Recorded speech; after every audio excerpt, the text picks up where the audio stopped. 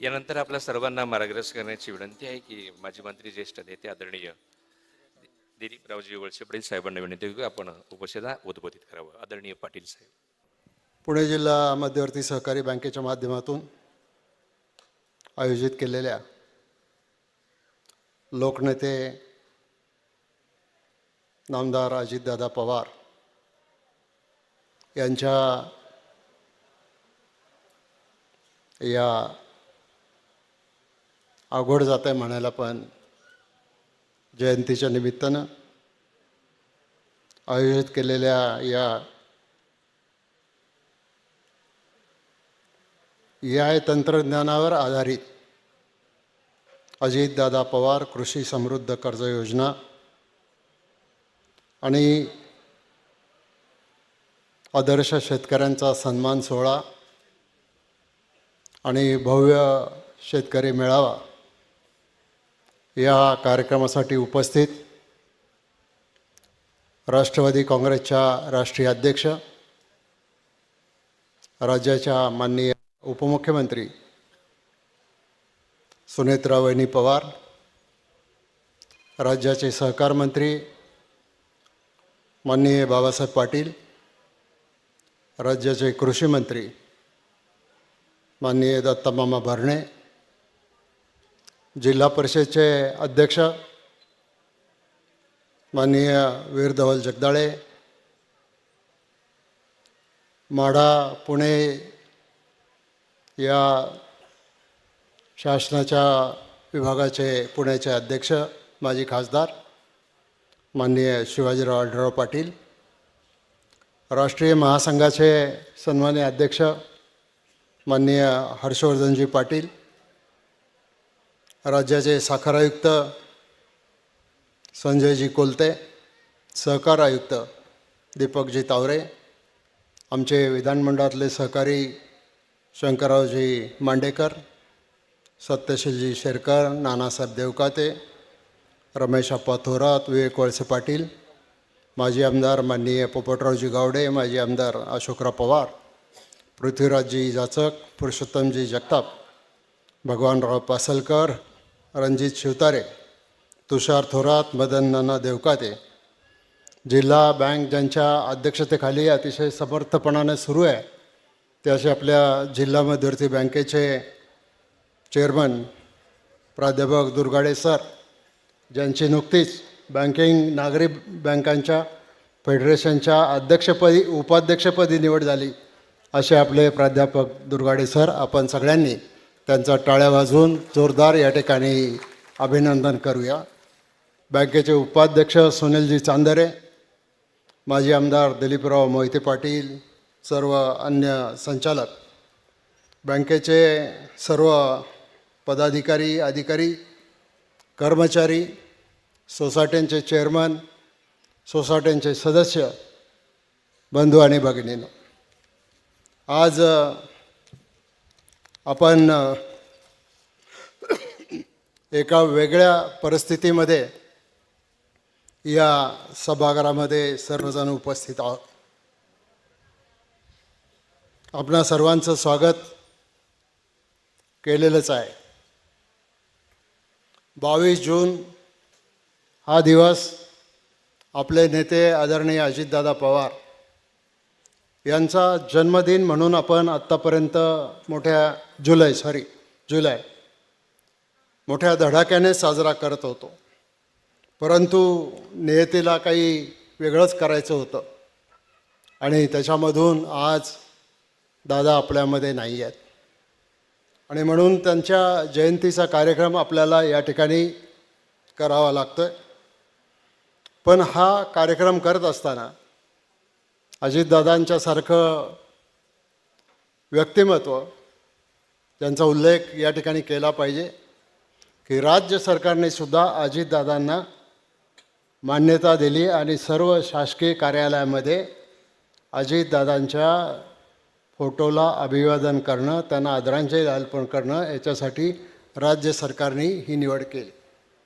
आत्तापर्यंत महाराष्ट्रामध्ये राज्य सरकारचा निर्णय फक्त 5 व्यक्तींच्याच बाबतीत आहे, त्याच्यापेक्षा जास्त नाही, असं आपल्या नेतृत्वाचं हे कर्तृत्व होतं. आणि त्या दादांच्या या स्मरण दिनाच्या निमित्तानं ही जी काही शोकांतिका आपल्यावर ओढावलेली आहे, ज्या प्रसंगाला आपल्याला सामोरं जाता येतं, सगळ्या महाराष्ट्रभर कार्यक्रम झाले, लहान थोर सर्व वर्गामध्ये या ठिकाणी कार्यक्रम झाले. आता दादांच्या स्वप्नामध्ये ज्या अनेक गोष्टी होत्या, त्याच्यामध्ये आमचा जो शेतकरी वर्ग आहे, ज्याचा उल्लेख दुर्गाडे सरांनी इथे केला मगाशी, की अजितदादाने आम्ही ज्या वेळेला 91 सालामध्ये पहिल्यांदा या जिल्हा मध्यवर्ती बँकेमध्ये निवडून आलो, तेव्हा 314 कोटी रुपयाच्या ठेवी असलेली ही बँक आज 17,500 कोटी रुपयाच्या ठेवीपर्यंत जाऊन पोचलेली आहे. आणि हे सगळं गेल्या 36 वर्षात आम्ही सलगपणानं निवडून आलो. बँक ही आमची काही मानपानाची संस्था नाही. आम्हाला मंत्रिमंडळामध्ये, विधानसभेमध्ये मोठे मानपान मिळाले, पण ही शेतकऱ्यांची संस्था आहे आणि शेतकऱ्यांच्या संस्थेला एक चांगलं स्वरूप आपण दिलं पाहिजे, एक सचोटीची भावना आपली असली पाहिजे. ही शेतकऱ्यांची संस्था मोठी झाली पाहिजे, त्याच्यामधून शेतकऱ्याचं दुःख हलकं झालं पाहिजे, ही भूमिका अजितदादांनी आज या ठिकाणी घेतली होती.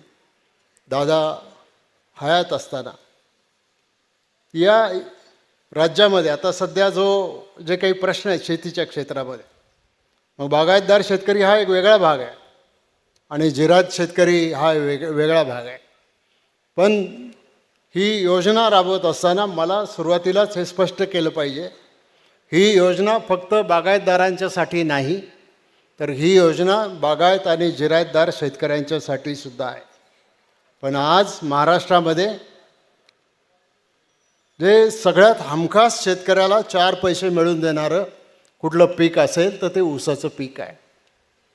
आणि या ऊसाच्या पिकावर हे साखर कारखाने आपल्याकडे अवलंबून आहेत. आणि हे कारखाने ज्या वेळेला अडचणीमध्ये आलेले आहेत, कारण आपण पाहिलं मागच्या वर्षी 100 दिवससुद्धा साखर कारखाने चालू शकले नाही. साखर कारखान्यांना अपेक्षित गाळप करता आलं नाही, त्याच्यामुळं उत्पन्न मिळालं नाही, खर्च जेवढा व्हायचा तेवढा झालाच. 160 दिवस चालणं साखर कारखाने अभिप्रेत असताना 100 दिवस फक्त चालले. कारखान्यामध्ये काम करणाऱ्या कर्मचाऱ्यांना घरी बसून त्यांचा पगार त्या ठिकाणी आपल्याला कारखान्यानं द्यावा लागतो. देशामधली साखरेचे भाव, केंद्राच्या माध्यमातून सुरू केलेले इथेनॉलचे प्रोजेक्ट, वीज मंडळाचे प्रोजेक्ट, दादा असताना 6.5 रुपयापेक्षा जास्त दराने वीज मंडळ ही वीज शेतकऱ्यांची खरेदी करत होतं. आता त्याचा भाव कमी झालेला आहे. आणि या सगळ्यांचा परिणाम म्हणून आज साखर कारखानदारी अडचणीत आलेली आहे. आणि साखर कारखानदारीच्या बरोबरीनंच आज आमचा शेतकरीसुद्धा अडचणीत आलेला आहे. कारण कमी दिवस कारखाना चालला, एक्सटेन्शन झालेलं आहे, रिकव्हरी मिळत नाही.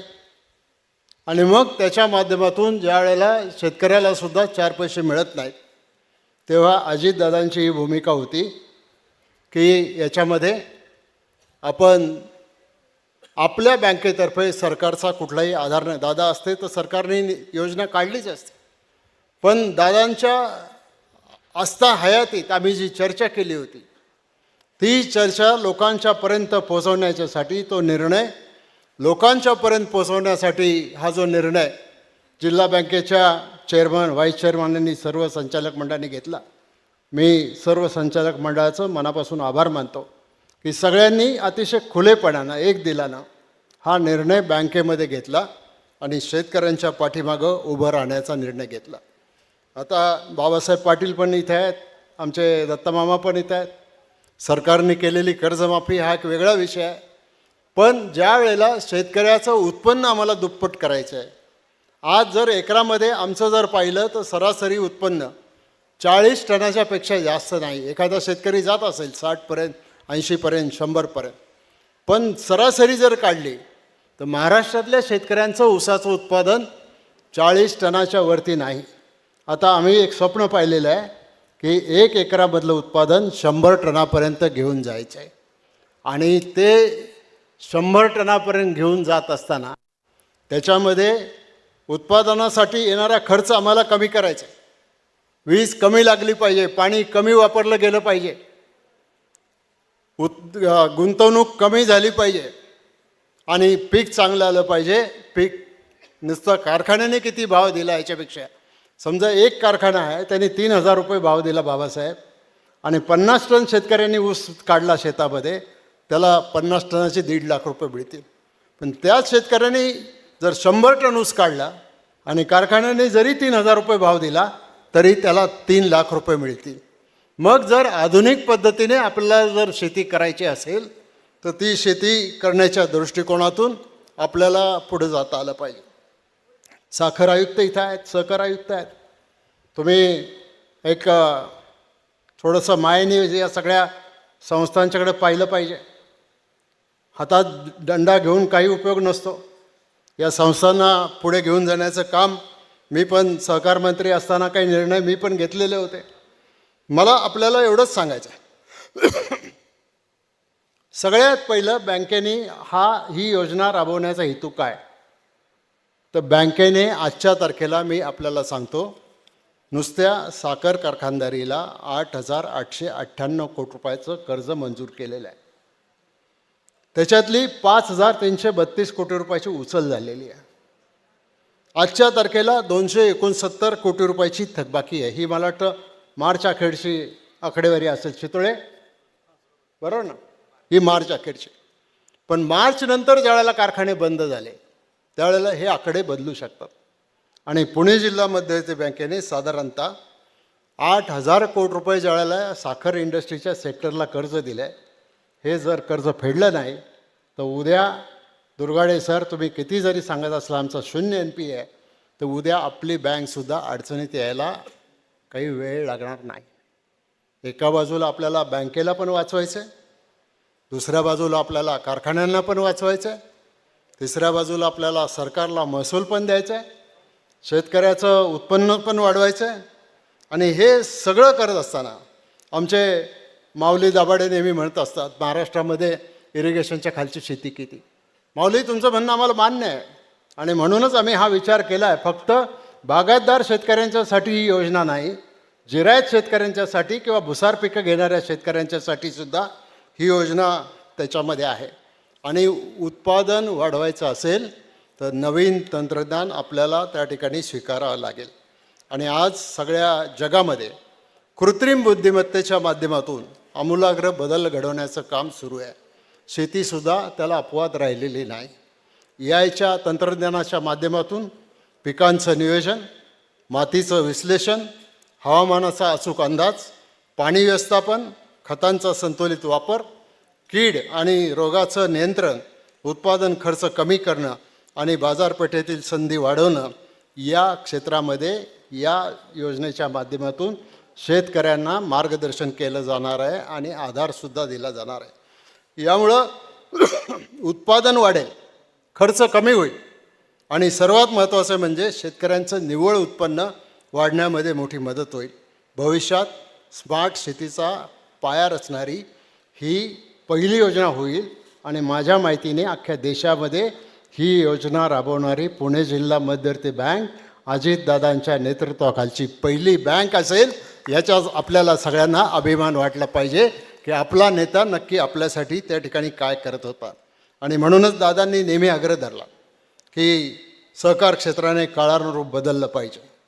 शेतीमध्ये विज्ञान, संशोधन आणि आधुनिक तंत्रज्ञानाचा अधिकाधिक वापर झाला पाहिजे. महाराष्ट्रातला शेतकरी जगातल्या शेतकऱ्यांच्या तुलनेत उभा राहायला पाहिजे. आज ब्राझीलमधला शेतकरी किंवा मॉरिशसमधला शेतकरी आज तिथं ज्या पद्धतीनं उत्पादन मोठ्या प्रमाणात काढतायत, रिकव्हरी मोठ्या प्रमाणामध्ये मिळवतात. उत्तर प्रदेशमध्ये सुद्धा खाजगी कारखानदारी आहे. एकट्या बजाज कंपनीचाच कारखाना 50,000 टन दिवसाला गाळप करणारा कारखाना, एवढी कपॅसिटी त्यांची जर असेल तर अशा मोठ्या प्लेयर्सच्या बरोबर स्पर्धा करण्याच्यासाठी आमची महाराष्ट्रातली सहकारी कारखानदारी असेल किंवा आमची महाराष्ट्रामधली खाजगी कारखानदारी असेल, या कारखानदारीला त्याचा आपण उपयोग झाला पाहिजे, शेतकऱ्यांना मदत झाला पाहिजे, असा आमचा सगळ्यांचा विश्वास आहे. आणि म्हणूनच या योजनेला आम्ही संचालक मंडळाने निर्णय घेतला, आदरणीय अजितदादांचं नाव या योजनेला द्यायचं आहे. आणि त्याच्यामागे त्यांची एक विकासाची दृष्टी जी होती ती आम्हाला समाजापुढे घेऊन जायची. दादांचा नेहमी हाच आग्रह राहिला की सहकार क्षेत्राने काळानुरूप बदललं पाहिजे. शेतीमध्ये विज्ञान, संशोधन आणि आधुनिक तंत्रज्ञानाचा वापर झाला पाहिजे. आणि महाराष्ट्रातला शेतकरी हा जगातल्या शेतकऱ्यांच्या बरोबरीने त्या ठिकाणी उभा राहायला पाहिजे. आता 1991मध्ये मी सांगितलं मगाशी आम्ही निवडून आलो.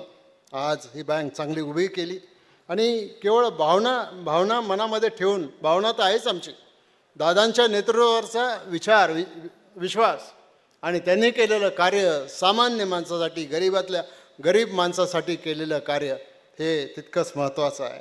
आणि म्हणून या निर्णयामध्ये केंद्राच्या स्थानी जो राहिलेला शेतकरी आहे तो शहरी शेतकरी पण आहे आणि ग्रामीण भागातला सुद्धा शेतकरी आहे. शहरामध्ये असणारा जो सोसायटी असतील, पतसंस्था असतील, नागरी बँका असतील, त्यांना पण मदत करायची भूमिका जिल्हा मध्यवर्ती बँकेने घेतलेली आहे. आज अखेर बँकेच्या ठेवी 17,062 कोटीची आहेत. कर्जाचं वाटप 14,652 कोटीचं आहे. स्वनिधी आमचा 3,855 कोटीचा आहे. खेळतं भांडवल 26,969 कोटीचं आहे. आणि CD रेशो 85% इतका आहे. दुर्गाडे सर आणि सगळ्या संचालक मंडळाला माझी विनंती आहे, आपला 81पर्यंत CD रेशो जाऊन चालणार नाही. आपल्याला तो 65 ते 70% आपण खाली आणला पाहिजे. म्हणजे डिपॉझिट आणि त्याच्या अगेन्स्ट केलेलं कर्जाचं वाटप याचं प्रमाण 100 रुपये तुमच्याकडे आले तर तुम्ही 65 किंवा 70 रुपयेच वाटले पाहिजेत. 30 रुपये किंवा 35 रुपये तुम्ही राखून ठेवले पाहिजेत. आणि अडचणीच्या त्याच्यामध्ये कुठल्याही अडचणीत आपण यायचं नाही, ही भूमिका आपण बँकेमध्ये ठेवली पाहिजे. शेतकऱ्यांना मला हे सांगायचं आहे, हे जे पीक कर्ज आहे हे EIच्या आधारित शेतीसाठी दिलं जाणारं कर्ज आहे. हे काही फार मोठं कर्ज असणार नाही, पण त्याचा आम्ही ताळमेळ काढलेला आहे. तुम्हाला मार्गदर्शन द्यायला अनेक संस्था पुढे आलेल्या आहेत. सध्या आम्ही बारामती कृषी विज्ञान केंद्राच्या बरोबर याचा टायअप करण्याच्या मनस्थितीत आहोत. पण कृपया कोणी याचा असा पण अर्थ काढू नका की आम्ही फक्त बारामती कृषी विज्ञान केंद्राकरताच हे करतो आहे. तर आमचा बँकेमध्ये निर्णय झालेला आहे की आम्ही वर्तमानपत्रात जाहिरात देऊ, एक्सप्रेशन ऑफ इंटरेस्ट मागू आणि या EIच्या क्षेत्रामध्ये असणाऱ्या ज्या कंपन्या आहेत त्यांनी कंपन्यांनी अर्ज करावे. आम्ही त्यांचे इंटरव्ह्यू घेऊ, त्यांची माहिती घेऊ, त्यांचा अनुभव बघू, त्यांचं नॉलेज बघू आणि त्याच्यामधून मग 4 किंवा 5 कंपन्या किंवा 10 कंपन्या जेवढ्या येतील तेवढ्या कंपन्या त्यांची निवड करू आणि मग शेतकऱ्यांना सांगू की तुम्हाला जर ही योजना राबवायची असली तर या 5 कंपन्या आहेत, या 5 कंपन्यापैकी कुठल्याही कंपनीकडे तुम्ही जा आणि तुम्ही हे काम करा. त्यामुळं तो सुद्धा काही विषय तिथं शिल्लक राहत नाही. महिला बचत गट असतील, स्वयंसहाय्यता गट असतील, पतसंस्था असतील, उत्पादक संस्था असतील, दूध संस्था असतील, ग्रामीण उद्योग, लघु उद्योजक यांना देखील सहकाराच्या माध्यमातून बळ देण्याच्या दृष्टिकोनातून पुणे जिल्हा मध्यवर्ती बँक सातत्यानं त्याचा पाठपुरावा करण्याचा प्रयत्न करत आहेत. आणि म्हणून मी आपल्याला हेच सांगू इच्छितो की कोरडवाहू भागातला शेतकरी, भुसार पिकं घेणारा शेतकरी, फळबागवाला शेतकरी, भाजीपाला, दुग्ध व्यवसाय करणारे शेतकरी यांना मदत करण्याची भूमिका आमची सगळी राहणार आहे. आजपर्यंत आपले ज्येष्ठ नेते आदरणीय शरदचंद्र पवार साहेबांनी कृषीच्या क्षेत्राला एक दिशा देण्याचं काम केलं आणि बारामतीच्या कृषी विकास प्रतिष्ठानमध्ये प्रतापराव पवार साहेब यांच्या नेतृत्वाखाली आधुनिक कृषीचे प्रयोग, संशोधन, तंत्रज्ञानाचा वापर. माझी अध्यक्षांना विनंती राहणार आहे, आमचं संचालक मंडळाचं ठरलं होतं एकदा बारामतीला जायचं, काहीतरी कारणामुळे रद्द झालं. परंतु फक्त संचालकांनी जाऊन चालणार नाही, तर गावगावच्या शेतकऱ्यांना सुद्धा नवीन पद्धतीने उत्पादन कसं वाढवायचं याचं ज्ञान मिळवून देण्याच्या दृष्टिकोनातून पुणे जिल्हा मध्यवर्ती बँकेने पुढाकार घेऊन याच्यामध्ये आपल्याला पावलं टाकली पाहिजेत. शेतकऱ्यांच्या ट्रिपसुद्धा मग कृषी विज्ञान केंद्र बारामती असेल किंवा अन्य कुठल्या ठिकाणी असेल तिथं या शेतकऱ्यांच्या ट्रिप्स आयोजित केल्या पाहिजेत आणि त्याच्यामधूनच आपल्याला हे पुढे जायचं आहे. आज दादा हयात नाहीत, पण त्यांचे विचार, विकासाची भूमिका, सहकाराविषयीची बांधिलकी आणि शेतकऱ्यांच्या प्रती असलेली आत्मीयता आजही आपल्या प्रत्येक निर्णयामध्ये जिवंत आहे. आणि त्यामुळं त्यांनी पाहिलेलं स्वप्न आपण पूर्ण करणार आहोत. आज दादांचाच हा विचार पुढे घेऊन जाण्याचं काम आपल्या नेत्या सभापती श्रीमती सुनेत्रा वहिनी पवार यांच्यावर टाकलेली आहे. दादांनी जो विचार पुढे नेला तो आदरणीय वहिनी पुढे घेऊन जातील आणि त्या दादांच्या सगळ्या मूल्यांची जपणूक करतील असा विश्वास आमचा त्यांच्या पाठीशी आहे. आज राज्यामध्ये अतिशय कणखरपणानं नेतृत्व करण्याचं काम आदरणीय वहिनी करतात.